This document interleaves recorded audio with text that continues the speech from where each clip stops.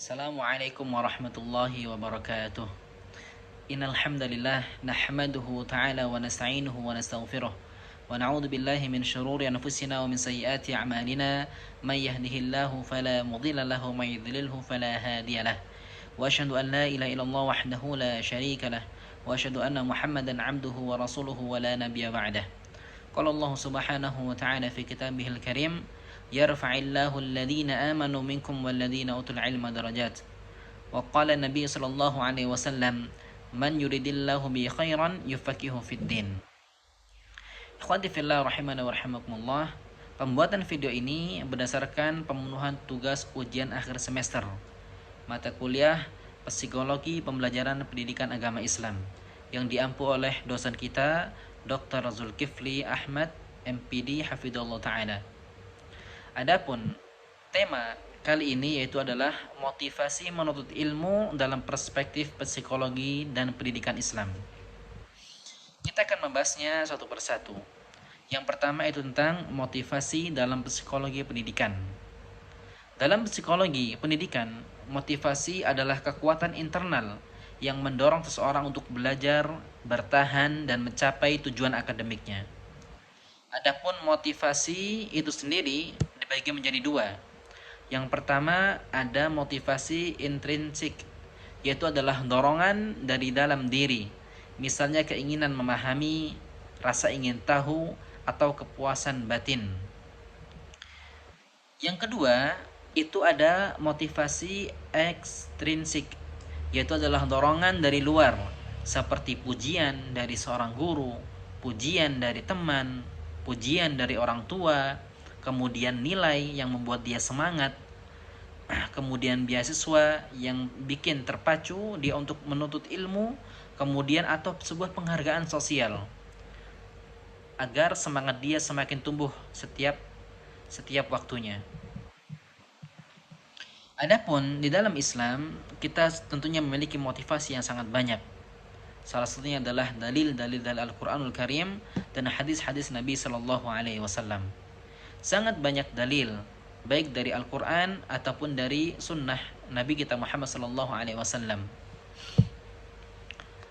Di antara dalil dari Al-Quranul Karim, Allah Subhanahu Wa Taala telah mengabadikannya di dalam Al-Quranul Karim. Nabi Sallallahu Alaihi Wasallam semasa hidupnya beliau tidak pernah meminta sebuah tambahan, kecuali Nabi Sallallahu Alaihi Wasallam meminta tambahan ilmu. Ini berdasarkan ayat dari Al-Quranul Karim yang berbunyi wa qul rabbi zidni ilma, dan katakanlah wahai Tuhanku tambahkanlah aku ilmu. Ini menunjukkan bahwasannya ilmu itu sangatlah penting kedudukannya di dalam agama kita. Di ayat yang lain Allah Subhanahu wa taala mengatakan berfirman, yarfa'illahu alladhina amanu minkum walladhina utul ilma darajat. Allah akan mengangkat derajat kalian, derajat orang-orang yang beriman di antara kalian dan derajat orang-orang yang berilmu di antara kalian beberapa derajat. Ini menunjukkan bahwasannya orang beriman dan memiliki ilmu itu kedudukannya lebih tinggi daripada orang yang beriman akan tapi tidak memiliki ilmu. Ilmu itu menjadi pembeda. Ilmu itu menjadi sebuah pembeda di antara orang-orang yang beriman tidak memiliki ilmu dan orang-orang yang beriman dan dia memiliki ilmu. Kemudian Nabi Sulaiman alaihissalam dan Nabi Dawud alaihissalam, ketika beliau berdua ini diberikan ilmu oleh Allah Subhanahu wa taala, lalu beliau mengatakan walaqad atayna Dawuda wa Sulaimana ilma, dan benar-benar telah kami berikan Nabi Dawud dan Sulaiman ilmu. Dan dua, wa qala alhamdulillahilladzi faddalana ala katsirin min ibadihil mu'minin, dan mereka berdua mengatakan segala puji bagi Allah yang telah memberikan kita fadilah dari kebanyakan orang-orang mukmin. Ini menunjukkan bahwasanya orang yang beriman dan berilmu itu kedudukannya lebih tinggi daripada orang-orang yang beriman akan tapi tidak memiliki ilmu. Kemudian di ayat yang lain Allah Subhanahu wa taala berfirman, "Qul hal yastawil ladzina ya'lamuna wal ladzina la ya'lamun."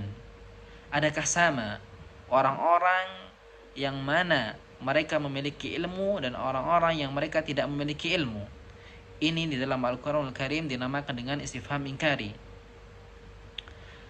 Bahkan hewan yang berilmu dan hewan yang tidak berilmu pun dibedakan oleh Allah Subhanahu wa taala.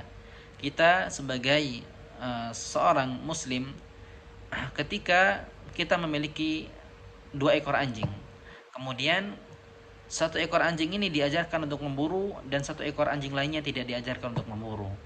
Tentunya ini memiliki hukum yang berbeda ketika mereka menangkap hewan buruan.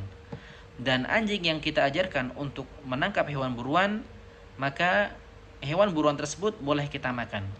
Berbeda dengan anjing yang tidak kita ajarkan untuk memburu, ketika mereka menangkap hewan buruan, maka hasil buruannya tersebut tidak boleh kita makan. Ini menunjukkan bahwasanya anjing yang berilmu dan anjing yang tidak berilmu itu berbeda hukumnya ketika mereka mendapatkan hewan buruan. Kemudian di ayat yang lain Allah Subhanahu wa taala mengatakan, "Wa ma kana al-mu'minuna liyanfiru kaffah falawla nafaram min kulli firqatin minhum ta'ifatun liyatafaqahuna fid din wa liyunziru qaumahum idza raja'u ilaihim la'allahum yahzarun." Yang artinya, tidak sepatutnya bagi seorang mukmin itu pergi semuanya ke medan perang. Mengapa tidak pergi dari tiap-tiap golongan di antara mereka beberapa orang untuk memperdalam pengetahuan mereka tentang agama dan untuk memberi peringatan kepada kaumnya apabila mereka telah kembali kepadanya, supaya mereka itu dapat menjaga dirinya. Ini menunjukkan bahwasanya menuntut ilmu itu sangatlah penting. Ini bisa menjadi motivasi kita, karena di ayat ini Allah Subhanahu wa taala menyandingkan derajatnya orang-orang yang berjihad dan orang-orang yang menuntut ilmu. Kita tahu bahwasanya berjihad itu pahalanya sangat luar biasa, pahalanya sangat besar, bahkan dia bisa menolong keluarganya ketika dia mati dalam keadaan syahid. Akan tapi Allah Subhanahu wa taala menyandingkan dengan orang-orang yang menuntut ilmu. Ini menunjukkan bahwasanya orang yang menuntut ilmu atau orang yang belajar itu kedudukannya lebih tinggi daripada orang-orang yang tidak menuntut ilmu. Dan dia bisa mendapatkan pahala yang banyak seperti halnya berjihad jika dia niatkan dengan niat yang tulus. Kemudian di ayat yang lain Allah Subhanahu wa taala mengatakan, "Fala tuti'il kafirina wajahidhum bihi jihadan kabira." Maka janganlah kamu mengikuti orang-orang kafir dan berjihadlah terhadap mereka dengan Al-Qur'an dengan jihad yang besar. Ini di ayat Al-Furqan. Kita tahu bahwasanya Al-Furqan atau surah Al-Furqan itu turunnya Makkiyah, turunnya di Mekkah. Dulu Nabi Shallallahu Alaihi Wasallam belum diperintahkan berjihad, maksudnya berjihad di sini adalah berperang melawan kaum kafir, sampai beliau di Madinah dan memperkuat, dan saat itu umat Muslim jumlahnya sudah semakin banyak, maka turunlah perintah berjihad.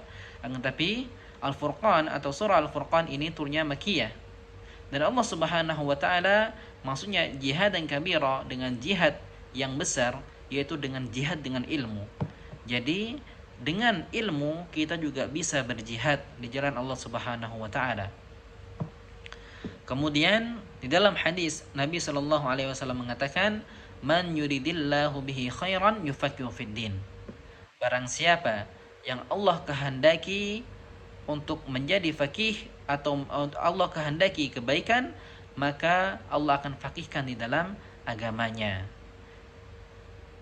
Hadis ini menunjukkan bahwasanya ketika seseorang itu menuntut ilmu, bisa menjadi pemicu kita bahwasanya orang-orang yang belajar sekarang yaitu adalah orang-orang yang Allah kehendaki menjadi baik, dan insyaallah kita akan menjadi faqih dalam agama ketika kita serius dan kita niatkan ikhlas karena Allah Subhanahu wa taala.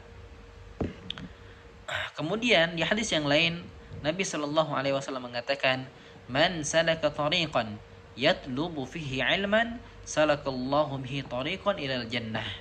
Bahwasanya barang siapa yang menempuh sebuah jalan, menempuh perjalanan yang dia keluar dari rumahnya yatlubu fi ilman, yang mana dalam rangka untuk menuntut ilmu, salakallahu tariqan ilal jannah, maka Allah Subhanahu wa taala akan memudahkan jalan yang menuju surga. Kita tahu bahwasanya masuk surga itu pintunya sangat banyak. Akan tapi di sini Nabi Shallallahu alaihi wasallam mengkhususkan bagi siapa saja yang menuntut ilmu, maka Allah Subhanahu wa taala akan memudahkannya untuk menuju ke jalan Allah Subhanahu wa taala, yaitu adalah surga. Maka Allah Subhanahu wa taala akan memudahkannya jalan dia menuju ke dalam surga. Wallahu a'lam bishawab.